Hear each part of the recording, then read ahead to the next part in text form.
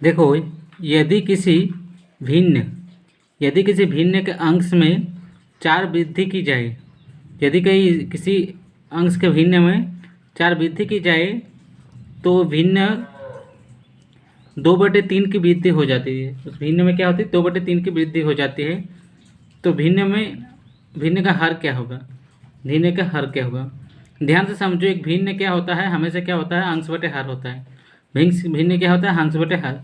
तो यदि किसी भिन्न में अंश में 4 जो वृद्धि की जाए तो उस भिन्न में 2/3 की वृद्धि हो जाती है। तो भिन्न का हर ज्ञात करें। तो देखो, माना कि भिन्न x/y है। माना कि भिन्न क्या है? x/y है। तो x/y में क्या वृद्धि किया गया? 4 का वृद्धि किया गया। भिन्न मैंने x/y मान लिया, अंश बटे हर मान लिया। ठीक है। तो क्या है कि x/y में 4 जोड़ देने के बाद क्या हो रहा है? जो अगर अंश में 4 जोड़ रहे हैं तो भिन्न जो xy है उसमें क्या 2/3 की वृद्धि हो रही है ना? कितना वृद्धि हो रही है? 2/3 की वृद्धि हो रही है। तो देखो, x/y में 4 जोड़े हैं तो ये क्या है? इधर कुछ नहीं, मतलब ये प्लस है। इसको मैं अगर इक्वल के इधर भेजूंगा तो ये माइनस होगा, हाँ या ना? ओके, 2/3 का 2/3 कर दिया हमने। अब देखो, ये दोनों y के बदले क्या हो गया? इसका एलसीएम y हो गया। और हम लोग जानते हैं कि अगर सेम चीज़ हर में अगर सेम चीज़ रहे तो हम लोग का जो ऊपर रहेगा वैसा ही हो जाएगा।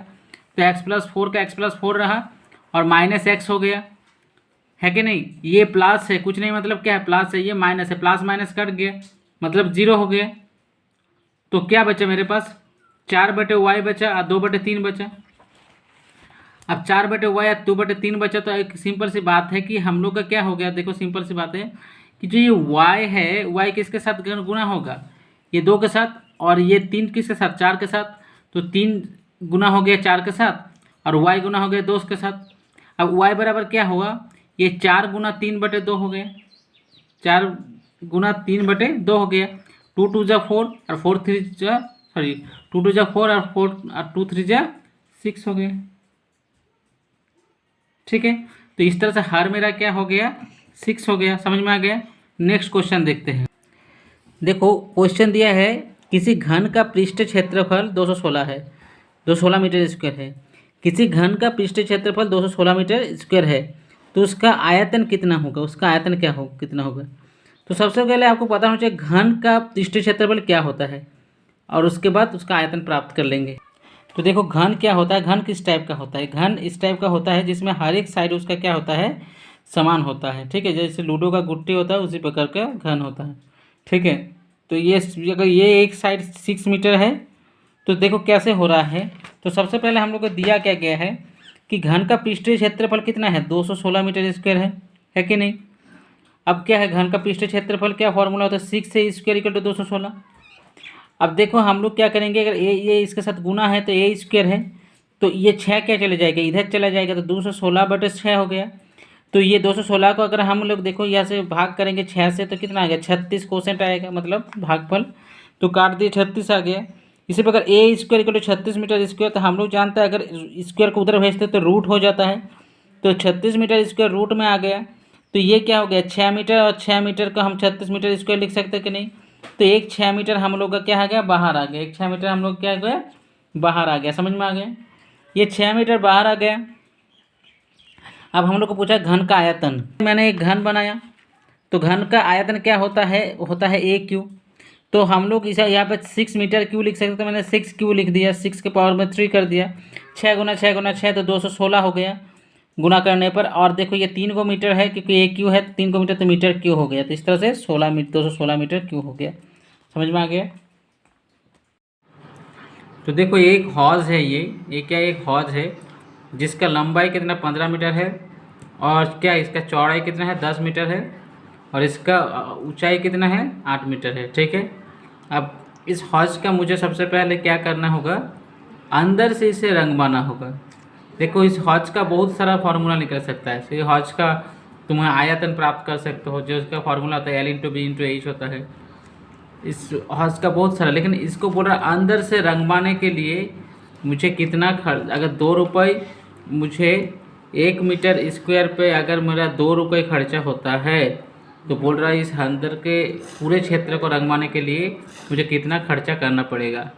तो देखो इसके अंदर के क्षेत्र को रंगवाने के लिए मुझे क्या करना पड़ेगा, इसके अंदर के जो क्षेत्र है इसको रंगवाने के लिए एक सिंपल से याद बता देता हूँ कि मुझे इसका भी क्या चाहिए, इसका भी क्षेत्रफल चाहिए।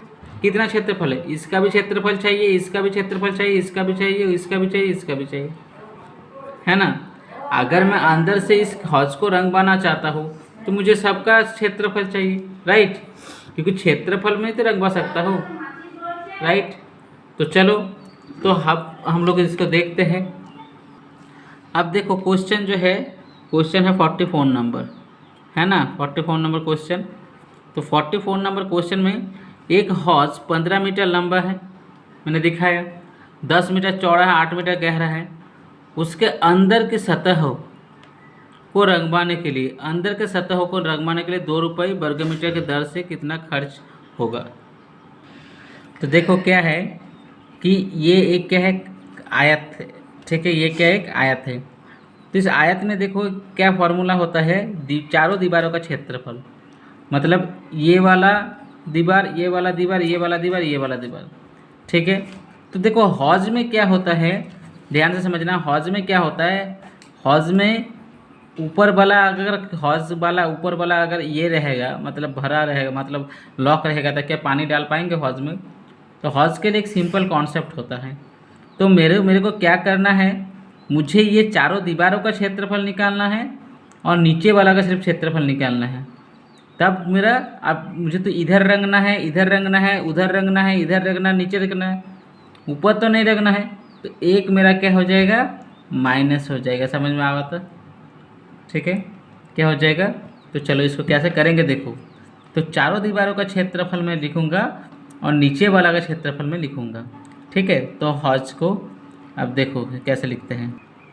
तो हम लोग क्या करेंगे, जो फार्मूला है वह है, चारों दीवारों का क्षेत्रफल का फार्मूला क्या होता है, अभी दिखाए, 2 इंटू एल प्लस बी गुना एच, यही ना होता है, 2 इंटू एल प्लस बी गुना एच। और नीचे वाला का क्या होगा, देखो ये नीचे वाला का क्षेत्रफल लिखेंगे तो इधर एल है और ये क्या है, बी है, तो इसका क्षेत्रफल क्या हो गया, एल गुना बी हो गया। तो देखो हम लोग फार्मूला के हिसाब से निकालेंगे। 2 इंटू एल कितना है मेरा, एल कितना है 15 है, बी कितना है 10 है, ऊंचाई कितना है 8 है, एल कितना है 15 है, बी कितना है 10 है।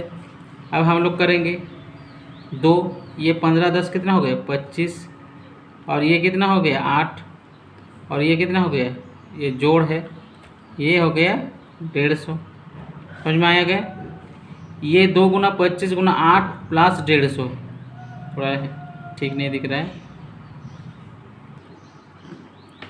तो देखो ये 25 दूनी 50 हो गया, है ना, और 50 को अगर 8 से गुना करेंगे तो कितना होगा 400 होगा, और ये कितना हो गया 150 हो गया।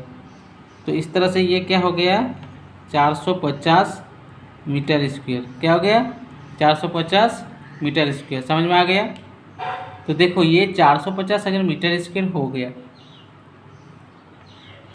मैं गधा हूँ इसीलिए गलती बोल कर दिया कि 450, 400 प्लस 150 550 होगा, कितना होगा 550, I am sorry, 550 metre square हो गया। तो वो 1 मीटर स्क्वायर में कितना हो गया 2 रुपये खर्चा हो रहा है ना।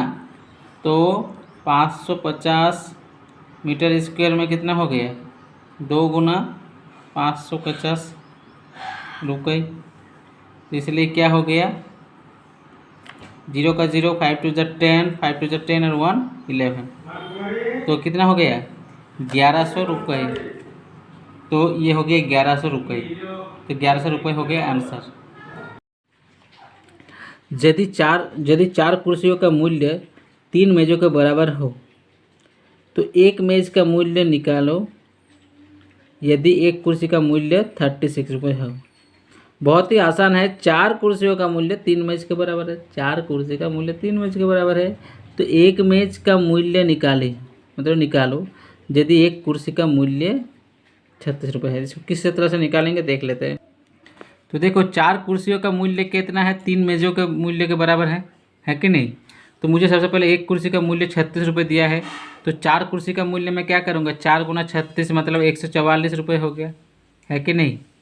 144 रुपये, ये 2 मतलब मैं गुना करने के लिए दिखाया था, क्योंकि 4 6 या 24 का 4 हाथ में रहा 2 और 4 3 या 12 का 14, इस तरह से हो गया। तो कितना हो गया, 144 रुपये हो गया, सॉरी हाँ, तो कितना हो गया, 144 रुपये हो गया।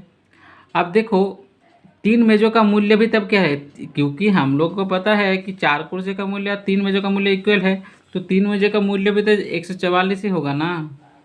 तो एक मेज़ का मूल्य क्या होगा, 3 मेज़ का मूल्य 144 रुपये, तो एक मेज़ का मूल्य क्या होगा, 144/3 मतलब 48 रुपये। देखो इस तरह से हमने भागा करके दिखा दिया है 48 रुपये।